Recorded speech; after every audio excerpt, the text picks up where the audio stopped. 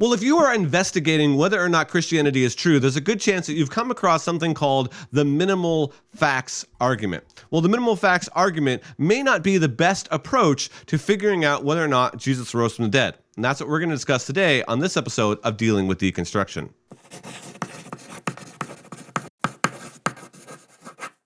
Hello, doubters. Thank you so much for joining me. My name is Tim, and if you are on the journey of asking big questions of your Christian faith, then you are in the right place. I'm so glad that you decided to check out this video. Hopefully, it's because you're investigating whether or not Jesus actually rose from the dead, and I hope this video and my guest help shed some light on that. We're going to talk about two different approaches to kind of answering the question of whether or not Jesus rose from the dead. The difference between what we'll call the minimal facts and the maximal facts in that case. So I have with me Erik Manning from the YouTube channel Testify Apologetics, and we're going to be looking at some clips of a conversation that he had with Paul Ajia. And if you're familiar with Paul Ajia is a former Christian who has since deconstructed his faith, who's now an atheist and posts videos online. I think he has just over 100,000 subscribers at this point. So you're probably familiar with him if you're asking these sorts of questions. So Erik, welcome to the show. Hey, thanks for having me, Tim. I appreciate you bringing me on. Yeah, so I'm excited about this conversation. So like I said, we're going to kind of start with these clips. You had this great conversation, but before we do, just tell us a little bit about your experience in having that conversation with Paul Ajia.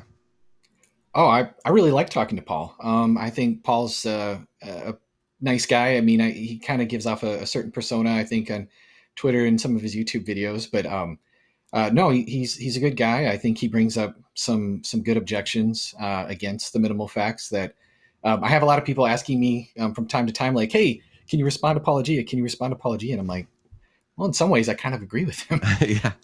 In a lot of ways, I definitely have disagreements. And so he brought me on. We talked about our agreements. We talked about some of our disagreements and just two different approaches to the resurrection. And I had a blast. It was a really good opportunity to talk to him.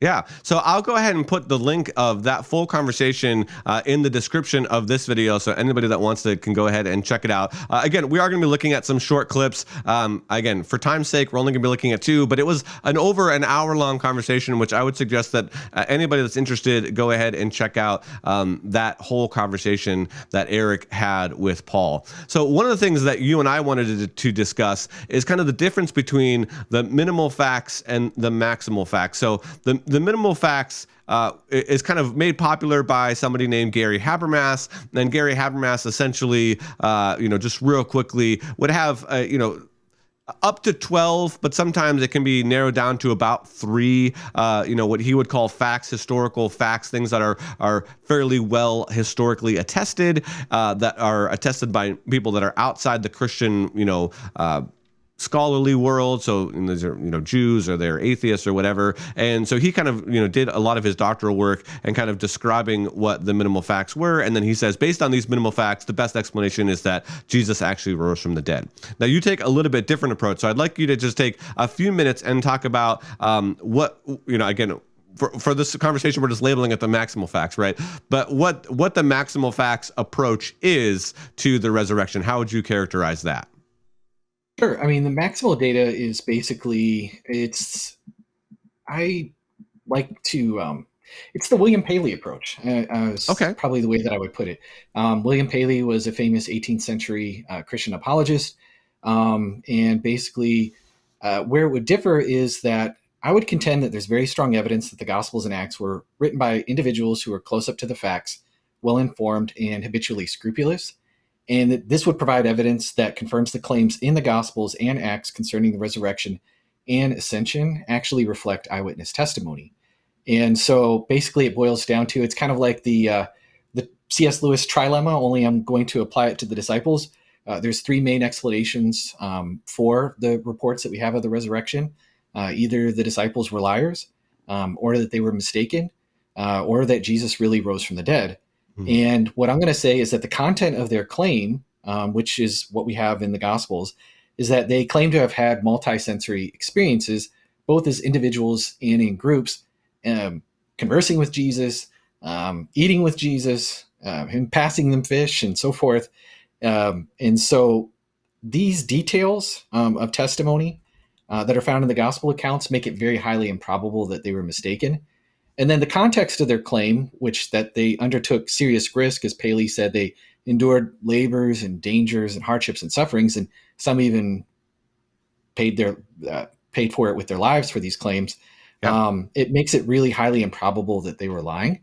Mm. And then what I'm going to do is I'm going to rely on the details of the testimony that are in the Gospels, which differentiates it from the minimal facts, where the minimal facts doesn't really go into the details of testimony. It's very highly reliant on 1 Corinthians 15 and what we can get out of Paul's writings. It's very Paul heavy. Yeah. And what I'm saying is we can't really do it all with Paul.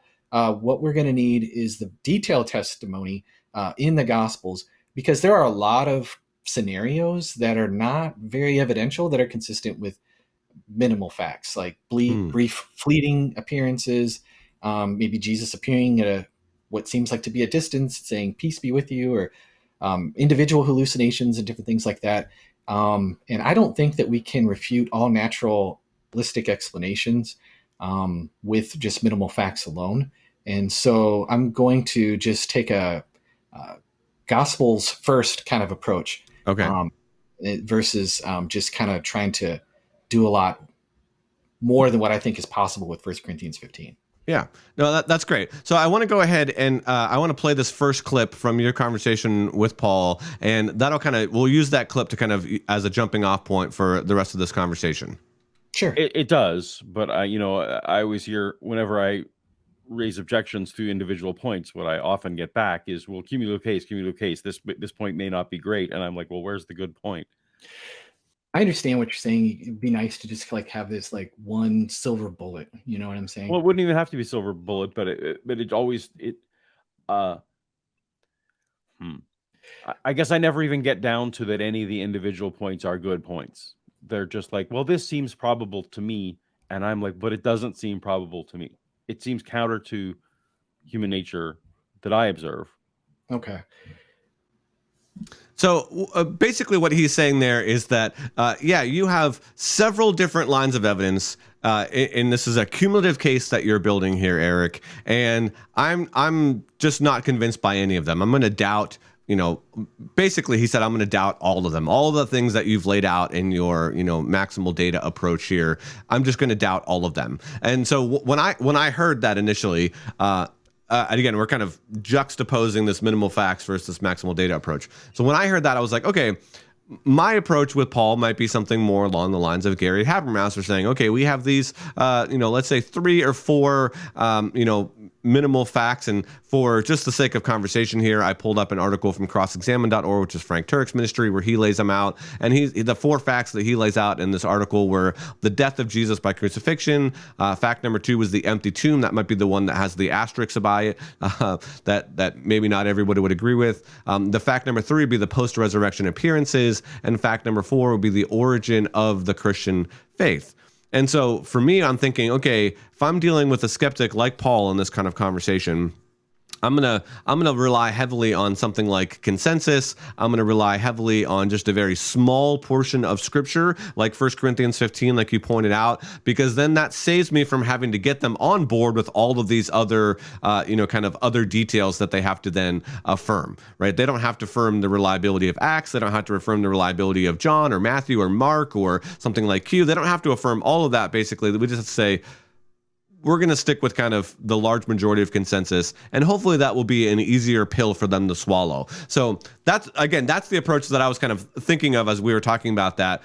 How would you push back on that and some of what Paul said there, where he's kind of just denying the series of data or the series of facts that you're presenting? Yeah, I mean, there's a lot of different places I could go with that question. I mean, first, let's deal with the whole idea of like scholarly consensus and all of that kind of stuff. I mean, it does sound impressive when you say, well, 90+% of scholars agree with X fact, and you don't want to be irrational and disagree with the consensus. And so you need to accept these facts. Well, my point is that you're not going to be able to overcome the naturalistic explanations that try to explain away the resurrection hypothesis just using those minimal facts. Because again, brief fleeting appearances are totally consistent with 1 Corinthians 15. And so you could just say that Jesus popped in, said, "Peace be upon you," disappeared. I don't think that's going to be strong enough evidence for somebody to rationally accept that Jesus really truly rose from the dead. I think you're going to have to do a whole lot more spade work. And so it's just like, you're already going to have to do that anyways. And so the other thing is, and this is Richard Bauckham, I really like this quote. He says, "Consensus often has as much to do with the sociology of knowledge as it has to do with the compelling nature of the hypothesis." And so whether consensus holds to a particular view or not doesn't really matter. Consensus over time can change, right? And I think even Lacona and Habermas would agree to a certain extent here, is that we want to argue the facts would be true regardless of whether or not the consensus held them or not. Right. But it's shifting sand that we're building our house on, to say that we have to only use these particular data because that's what the skeptic is going to accept. What I'm going to do, and I didn't really get the opportunity, unfortunately, just because of time's sake, with Paul, to really get into a whole ton of the details with him. I was just giving him like a very small sampler of a very individual piece of type of evidence, the external confirmations found in Luke and Acts that would point out that Luke probably really was a traveling companion of Paul, and the implications of that. Yeah. And so I didn't really even get too far down the rabbit hole there with him to even do that. But I think those facts stand up for themselves. And so now with Paul, I think skeptics like Paul Ajia and others just don't really quite always understand how cumulative cases work. They seem to have this idea that for any individual piece of evidence that we might bring up, like an external confirmation or undesigned coincidences, that it must not be able to have any other possible explanations for it, other than that the author was a truthful, reliable witness in order for it to count, so to speak. And so when it gets pointed out that we're talking about probability and not mere possibility, and if you've watched Paul Ajia's videos, he does this a lot. Like if you watch his video on the Kalam cosmological argument, his like supposed debunk of that when he's replying to William Lane Craig's kind of Zangmeister, the animated short video that he does, he throws out all kinds of possibilities. You know, we don't know how the universe started. It could have been the flapping of a butterfly wing or something strange like that. It's just like, what? You know, and so it's just like, we don't want to just make an argument from possibility. And so what I'm trying to say is that there's cumulative cases add up, and what they need to do as a skeptic is he just needs to go, he can't just go, that doesn't really move the needle for me. He needs to come up with an explanation that takes away, it explains away all the different cumulative bits of information that I'm giving. And in order to save his skepticism, he's going to have to do that repeatedly over and over and over and over again. And I think that's going to, over the course of time, become very ad hoc, where I have just one explanation that gives us a unified picture of what the gospel writers were like and what their relationship to truth was like. And so I think it's going to make it more difficult for him to save his skepticism and not, be like really ad hoc with all those counter explanations. And in this particular clip, he just kind of is like, meh. And I'm saying like, okay, well, you can't just meh away the data.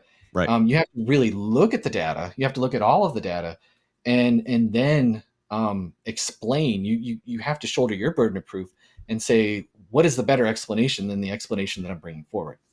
Well, and I think that's an excellent point. So I want to highlight something that I'm talking about a lot with our Dealing with Deconstruction community, particularly in the Facebook group that we have. If anyone's interested in joining the Facebook group, if you are on your deconstructing journey, the link for that is in the description of this video. We would love to have you there. But one of the things that we're constantly talking about is that we're looking for truth. And so if we're actually looking for the truth, if we're actually understanding that we're not just looking to be able to dismiss something, if that's where you're at on your deconstructing journey, you really need to ponder what's going on in your heart, like where are you at with some things, and what's maybe at the root of that. But I love just how you were talking about, like, yeah, you can kind of doubt a bunch of different pieces, but you can't just doubt them. You have to come up with some other explanation to them. And I think that's one of the strengths of kind of this maximal data approach. And I've seen that similar kind of skepticism with the minimal facts as well, where people are just like, well, it's probably more likely that, Jesus was thrown in a common grave, or it's probably more likely that the post-resurrection experiences were just grieving, hallucination kind of thing or whatever. And that's where your approach would then come in and say, no, we don't have any data that I know of these kind of like post-grieving appearances that have such tangible details with them, right? Those reports are just, I saw that person in a vision, or I had a dream about them, or I was remembering something. That there aren't similar reports, there aren't analogous things that we found in studies where people are reporting to eat with somebody, where Jonathan McClatchy likes to use the term, and I'm probably going to get it wrong, so you can correct me, like polymorphous. Polymodal. Polymodal, yeah. That there's sight, there's sense, there's touch, there's taste, there's all these different different senses that are happening in these experiences with the risen Jesus that you wouldn't get on something else. So again, to your point, you're saying, well, a post-resurrection appearance could mean a lot of things, but a post-resurrection appearance with all of these other data pieces that you're kind of presenting in your case here is much more difficult. There isn't something else like that. So then you have to say, well, so you're saying that they created this elaborate story with all of these other details? Right. So how would you respond to something like that? Okay, they've created this elaborate story with all these details. Erik, now what? What do you do there? Oh, so that like the embellishment option, right? With there, I would just say that I have more of like a unified theory, is that they're not very, very, like I said, habitually honest and repeatedly like truthful and showing themselves to be close up to the facts by getting all kinds of different things right as far as like external confirmations that we can cross-check with history, or with things like undesigned coincidences, which maybe we could get into if your audience isn't aware of those, or we could at least point them in the right direction where they can find out information about that type of evidence, and just all kinds of other different types of evidence. And what I'm going to say is that the best explanation is that these aren't schizophrenic authors who are like really, really detailed and really, really seem to be honest and close up to the facts and habitually truthful. And then the other minute, they feel completely free to change facts, embellish things, embellish details, and different things like that. And so I'm presenting a unified view that what these particular authors were like.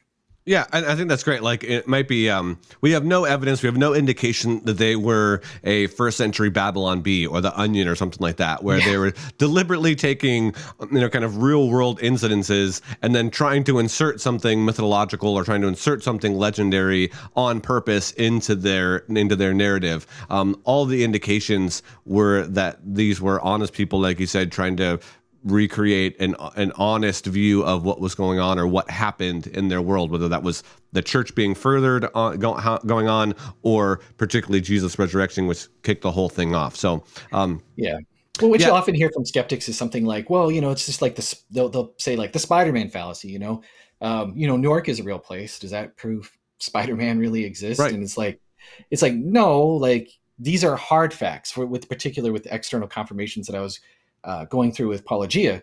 They didn't have Wikipedia. They didn't have Google. They didn't have modern libraries even. They didn't have highly realistic historical fiction.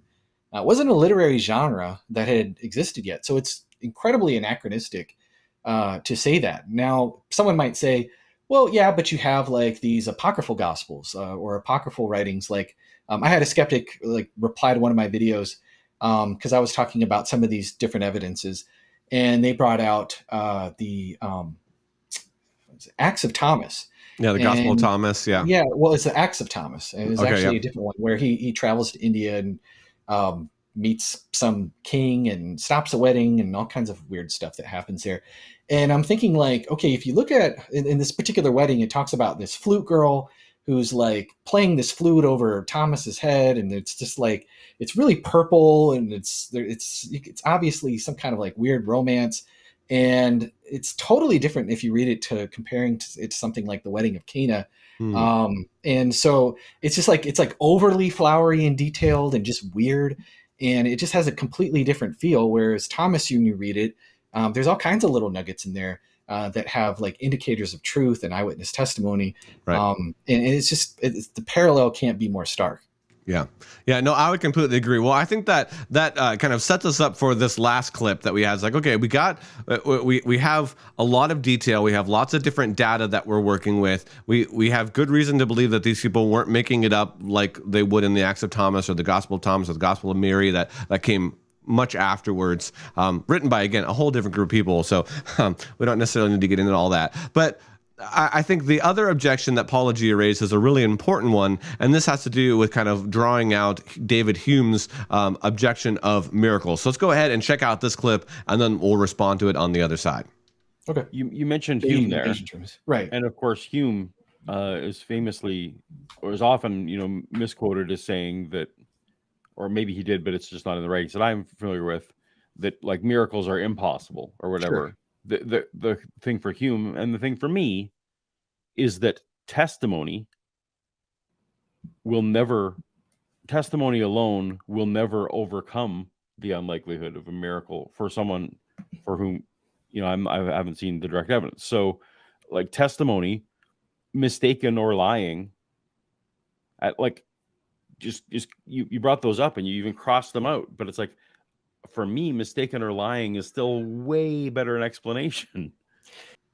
So I think this is really interesting because essentially what he's saying is, look, we're going to put all of the gospel literature in the category of testimony. Like that's just what it is, right? It's all testimony, whether they're honest or not or whatever. And you can never traverse the miracle boundary, right? As Hume might put it, you can never traverse that miracle boundary with testimony.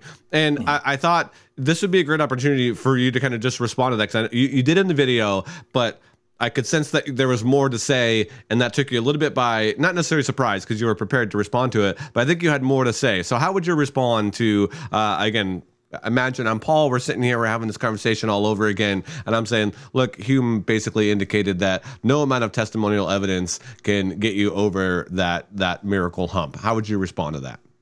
Yeah, that was the one that, for some reason, I have done a lot of videos on like responding to Humean styles, objections to miracles.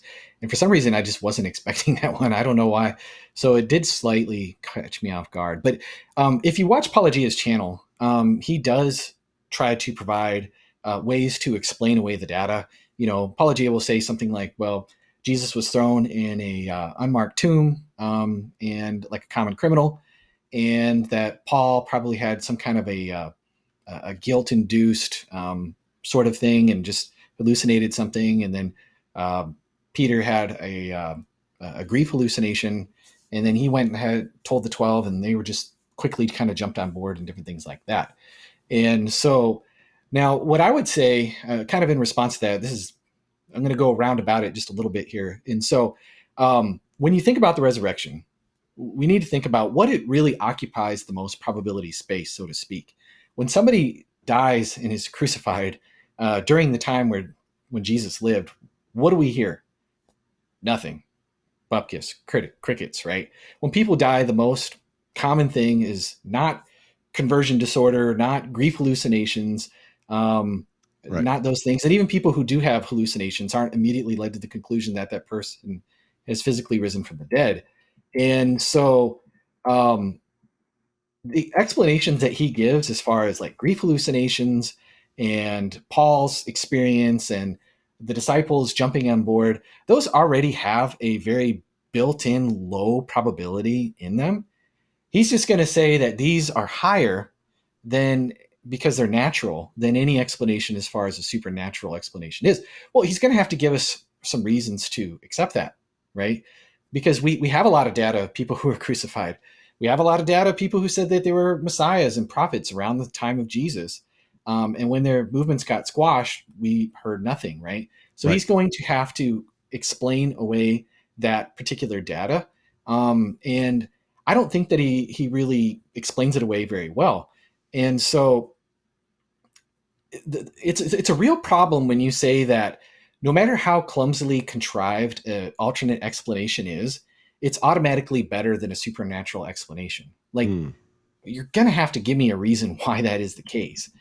And I would say that if the facts can be accounted for without difficulty on the supposition of what we'd call the resurrection hypothesis, but not without greater implausibility on the assumption that Jesus really didn't rise from the dead, that provides significant evidence for the resurrection. Now, I have no problem with somebody saying that there should be more evidence for the resurrection, because it is a low probability claim, right? I mean, let's just face it. But I don't think that you can say that the initial probability is just so low that no amount of evidence can possibly overcome it. And I don't even think necessarily Paul Ajia is saying that, but I think that he's just kind of like hand waving a little bit at some of the evidence and not giving his own explanation for the particular data that I'm giving, at least at the moment. Maybe he'll eventually look into some of my videos and respond to them down the road. But I would just say that, like, you're going to have to explain the evidence away in a way that isn't, contrived and difficult and just clumsy and all that other kind of stuff. Does that make sense? No, it makes complete sense. And I think that, again, that goes back to like, there's always this kind of term of like, given what we have, given the available data. And if you're just willing to, and I think sometimes he does this, if you're willing to just be like, well, I'm going to be skeptical of any data that we have historically, right? The Bible is not data at all. There's no testimonial evidence based on that. I'm just going to completely doubt the whole entire thing. Well, again, you've thrown out a lot of history doing that. I mean, that's a big bullet to bite, essentially. But again, I don't think a lot of people are willing to do it. I think a lot of people, and even Bart Ehrman, are just honest about the fact that there is a lot of data. I remember Bart Ehrman had a kind of a conversation with someone named Robert M. Price about whether or not Jesus actually existed. And that's a really great kind of conversation to watch, because on one person, you can see somebody's skepticism ramped up super high. And on the other hand, somebody, I think, dealing with it a bit more appropriately. Now, again, I don't agree with Bart on everything. Of course, I think there are, he has some mistakes in there, but I think that's a good illustration of, and again, I think a good illustration of kind of where we're at with this kind of conversation. If you're going to give me an explanation about, well, it's possible that they fill in the blank, then I have to say, what is your evidence of that actually happening? It can't be, oh, this study that found that it's possible. Well, if a study found that it's possible, you have to then apply that possibility with some sort of extra data to the biblical narratives, right? It's possible. Well, again, anything's possible, but what do we actually have data for? And that's one of the reasons that I really enjoyed your approach. Speaking of your approach, do you have a place that you can point my audience to where you kind of lay that out in detail? Have you done several videos or a single video or a series on your channel where you're kind of laying out that maximal data approach? I do have a video on the resurrection. I'm drawing a blank on the exact name, but I have a playlist on the resurrection that people can find. Okay. There's 3 videos responding to Paul Ajia's specific theory of explaining away the resurrection. Then I also have a maximal data kind of approach. It's like 15 minutes long. But really, my whole channel is based on maximal data, and it is a cumulative case. Each video that I present is just kind of one piece of the puzzle. Yeah. And that's the whole point, is I'm just kind of trying to take like the big picture and then just kind of focus on one particular thing at a time.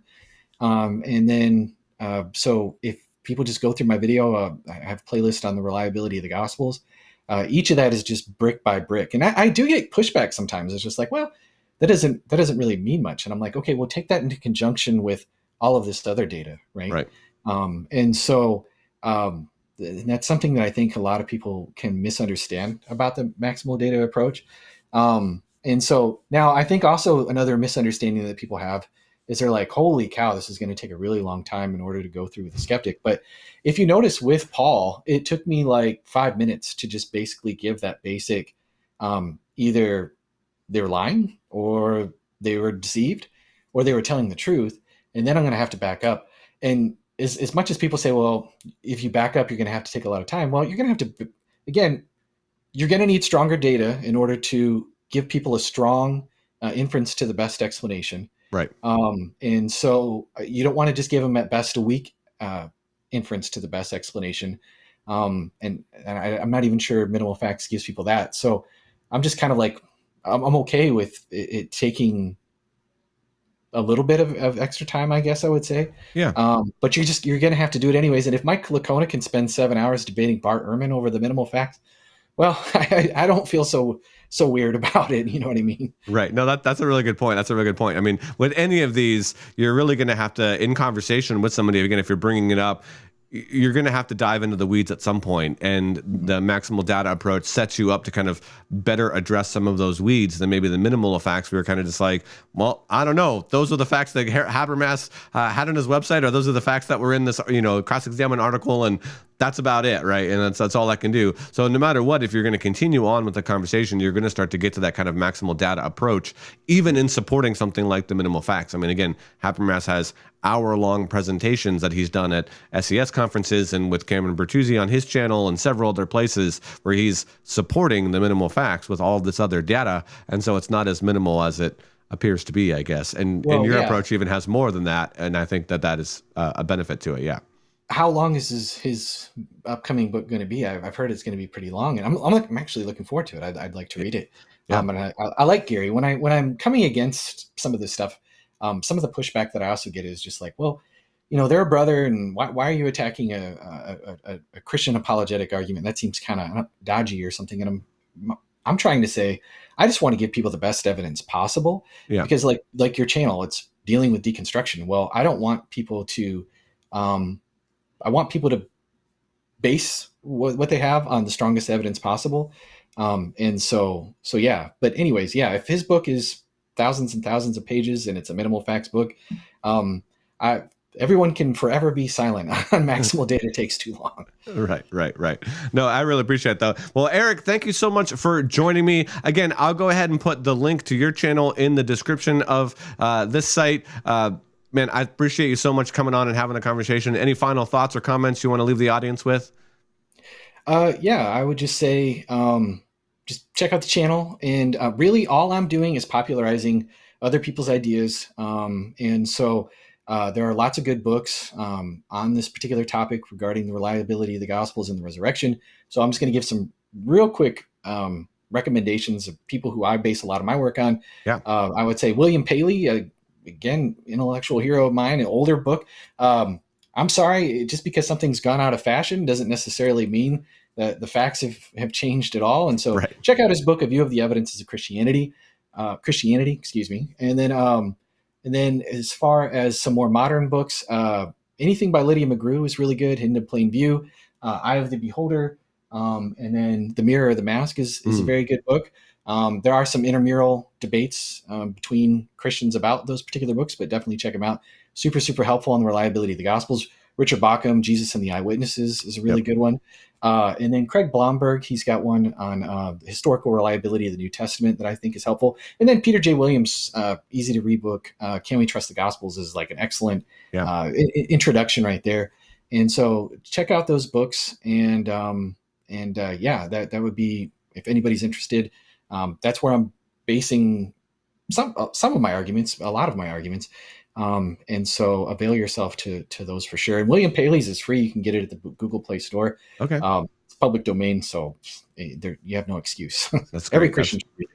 Excellent. Well, fantastic. Well, again, thank you so much for checking out this episode of Dealing with Deconstruction. I really want to just say thank you to Erik for coming on and kind of laying out his position, responding some of those comments. And I would invite you again to check out the whole conversation he did with Paul and check out his channel. He's doing some really awesome stuff. He's kind of uncovering a lot of those arguments that are maybe in the upper shelf of the academic world, and he's bringing them down so that we can understand some of them just kind of as lay people as we're going through some of this. So if you are dealing with those big questions, particularly on did Jesus rise from the dead, maybe you're like, okay, God exists. I'm pretty sure about that, but I'm not really sure about this whole Christianity thing specifically. I'm not really sure if Jesus rose from the dead. I would highly, highly recommend checking out Erik's channel and his resources that he has there. And with that, I will meet you next time as we deal with deconstruction.